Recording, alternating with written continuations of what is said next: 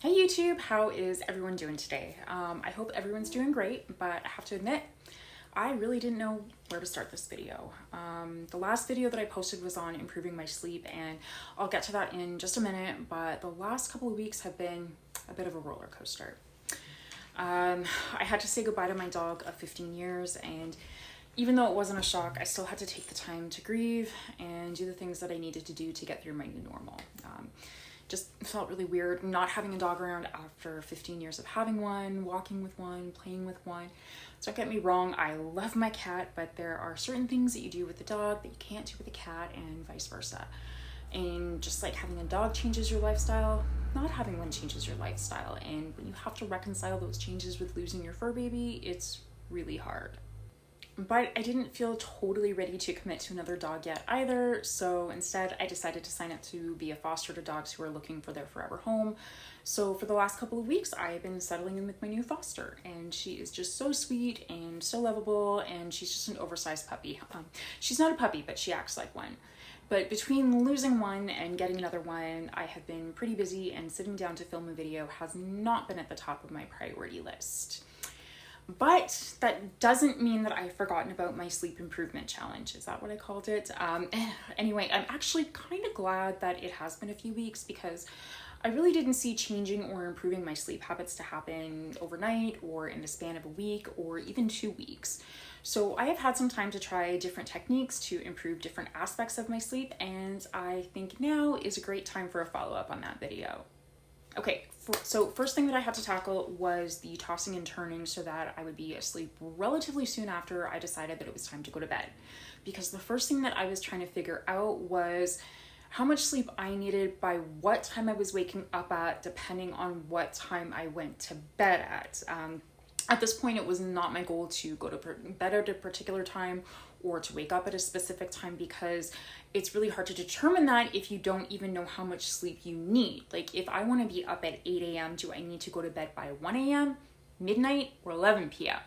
But if you're tossing and turning for a while before you're finally able to fall asleep, it's hard to know exactly what time you fell asleep and therefore how long you slept for, thereby making it really difficult to determine how much sleep you really do need. So the first thing that I tried to allow me to fall asleep faster, closer to the time I actually went to bed and reduced the tossing and turning, was melatonin. Now, I have tried melatonin in the past, and I haven't had great results. If anything, I have found that I sleep worse and I toss and turn more. So even though it was potentially on my things to try list, because it is one of the most recommended and easily accessible sleep aids, it wasn't the first thing that I wanted to try because I hadn't had great luck with it. But as luck would have it, right around this time, I came across an article totally randomly, wasn't looking for it, I don't even remember where it was, but it said that melatonin was most effective when taken in lower doses, ideally 3 milligrams or less, which seems counterintuitive. You think the higher the dose, the better the results, right? Well, apparently not.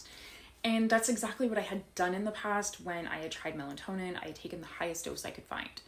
So since I had come across this information, again, totally coincidentally, I was not looking for it, I decided why not?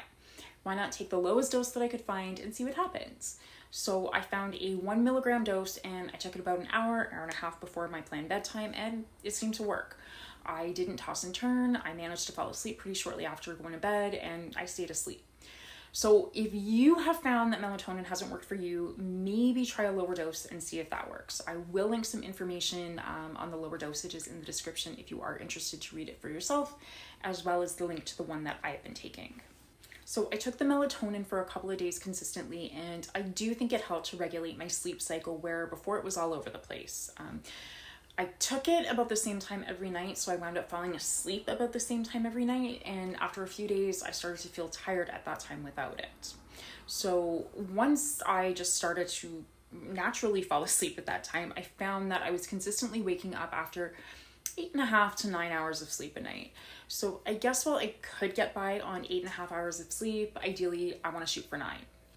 Even though I stopped taking melatonin once my sleep was more or less regulated, it's not meant to be used long term.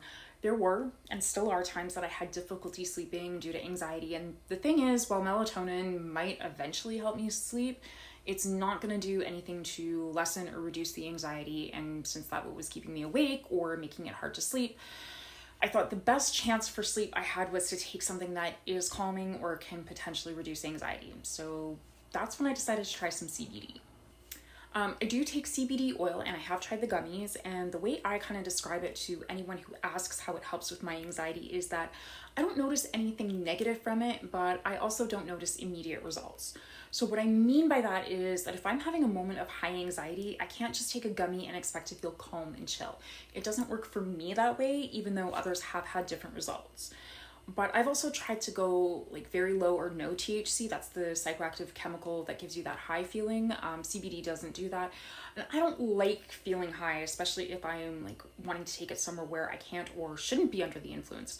But I do nonetheless think that CBD can be a valuable part of anxiety management, even though it may not provide immediate relief. I mean, most prescription medications for anxiety don't provide immediate relief, but they work over the long term. And that's how I see CBD, not as a cure, but part of a holistic approach to managing anxiety. So with that said, I wasn't super confident taking CBD was gonna work to reduce my anxiety enough for me to sleep. But I did have some CBD gummies on hand that I got from my mom, who said it didn't work for her. So I took a couple of them, 2 to be exact, and that is the last thing that I remember until I woke up in the morning. It worked.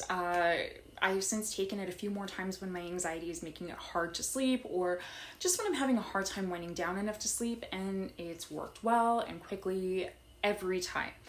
I think what's different about this one is that it does have a very low amount of THC, so there is more of an immediate calming effect. But I still wouldn't necessarily recommend taking this at work or something like that. If you're super sensitive to THC like I am, even just a little could mess you up, which is one thing in the comfort of your own home, but another if you're at the office or, God forbid, behind the wheel. It goes without saying, but please don't do that. If I can find it, I will link to the ones that I've been taking, but if you can't, if I can't, or if you can't find the ones that I take, I think they have 20 milligrams of CBD and less than 0.05 milligrams of THC per gummy, and I take 2. Now, if you're curious about side effects, I haven't had any. I haven't woken up groggy or tired or out of sorts as I have with most sleep aids. I find that sleep aids like sleeping pills or Benadryl, while they have their place, they don't actually help you sleep. They just knock you out and inhibit REM sleep, which is key for a good restful sleep. It's why you don't feel rested after a night of drinking, even though you might have been unconscious for 8 hours. There's a difference between unconsciousness and sleep. But on both the low-dose melatonin and the CBD, I feel like I've slept very well, like a baby. But I am going to reiterate the same thing that I do in almost every video. This is my experience. Do not take it as gospel. I am sharing my experience so that you can make a better, more informed decision with yours. That does not mean that your experience will mirror mine. Maybe you can take penicillin for an infection, no problem. If I take it, I will die. Yes, most people will benefit from it, but some won't. So please take my experience with a grain of salt and use your judgment and discretion as to whether to try it or not. At least when it comes to anything medicinal or ingestible, as they always have the chance of having adverse side effects. As for the laying in bed scrolling on my phone for hours in the morning, I didn't really do anything other than try not to do it. Honestly, there are probably tricks and tips out there if you look for them. But sometimes it really is as simple as just not doing it or trying not to. Honestly, I think for things that really come down to doing versus not doing, the easiest and most logical solution is to just do or not do the thing. Obviously, that's not going to work for everyone in every situation. You can just not smoke, and for some people that will work, but for others it won't. But the point is, it's a good place to start. And luckily, I was mostly, just by choosing not to do it, able to not do it. Then I got my foster dog, who basically makes it impossible for me to lay in bed scrolling since she wants to be fed at 9:30 and out for a walk by 10, otherwise she'll cry. So I guess that's a solution. Get a dog. I'm just kidding. Obviously, don't get a dog for this purpose, but the point is, because of her, I can't lay in bed scrolling on my phone even if I want to. So maybe don't get a dog, but maybe plan something else that makes it impossible to lay in bed scrolling. An early morning fitness class, a hair appointment, breakfast with a friend, or I actually tried this a few times. Plan something that you're looking forward to more than scrolling through your phone. Shortly after I lost my dog, I decided I was going to go to a local shelter to walk puppies. It wasn't an appointment. I wasn't locked into this. I could have gone at any time. I didn't have to go at all. But I was really looking forward to it, so I would rather get up and get out of bed and get ready to do this thing than lay on my phone. So yeah, those are my personal tricks. Either commit to something that makes it impossible to do, or plan something you're looking forward to more. Yeah. So yeah, that's about where I am on the sleep improvement journey. I feel like I've made some progress and improvements, although I'd still like to do more. I'd still like to go to bed and wake up even earlier. I'm not gonna lie, there are still times that I'm up way later than I should be, and once in a while probably isn't a big deal, but one too many times and I throw off my sleep cycle and I'm back to square one. So honestly, I would just like to nip the late nights in the bud altogether. Nothing good happens after midnight anyway, right? And I don't know how things will go once I'm back to work. A big cause of my sleep issues was work stress. So if I'm under similar stress, is that gonna undo the progress I've made? Like, I wanna build a healthy sleep routine that can withstand the pressures of work and life, but I don't know how to do that without falling back into old habits. As for how this has affected my anxiety, if at all, I think it's too soon to say. Of course, improving my sleep schedule has lessened my anxiety around staying up too late or sleeping in too late. I don't spend my afternoons feeling anxious about how I'm going to get everything done because I stayed in bed all morning scrolling on my phone. So in those ways, my anxiety has improved. And I think anything you do to reduce or eliminate anxiety in one area of your life goes towards improving it overall. But I think to know if a better sleep schedule actually improves my anxiety long term, it'll take more than just a few weeks of a semi-improved sleep schedule to figure it out. But here's the thing, and I'm not sure if I have said this in other videos, so I'll say it in this one.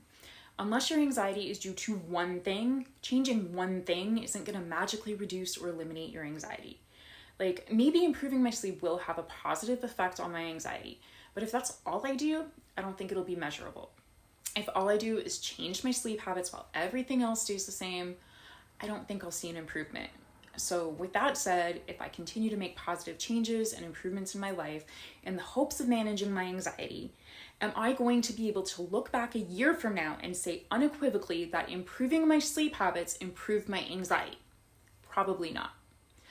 But that's the point of a holistic approach. It's about making multiple, small, meaningful changes that collectively impact my mental health. Improving my sleep is just one piece of the puzzle. And when I combine it with other changes like diet, exercise, mindfulness, therapy, that's when I'll start to see the difference in my anxiety. If you have any tips or suggestions on how to improve your sleeping habits or sleep routine, leave them in the comments. I'm excited to read them. But on that note, I hope you enjoyed this video. Again, I am sorry that it's been a few weeks since my last video, but life happens and I swear I am back on track now. I think I'm going to try to aim for one video a week. I'm going to commit to it. I have several videos coming up. I am sort of going to try to branch out a little bit from my typical like coping methods type video and try some new things. So hopefully you'll stick around. If you like this video, please give it a like and a share and subscribe so you don't miss future videos. Thank you for watching this one and I will see you in my next one. Bye.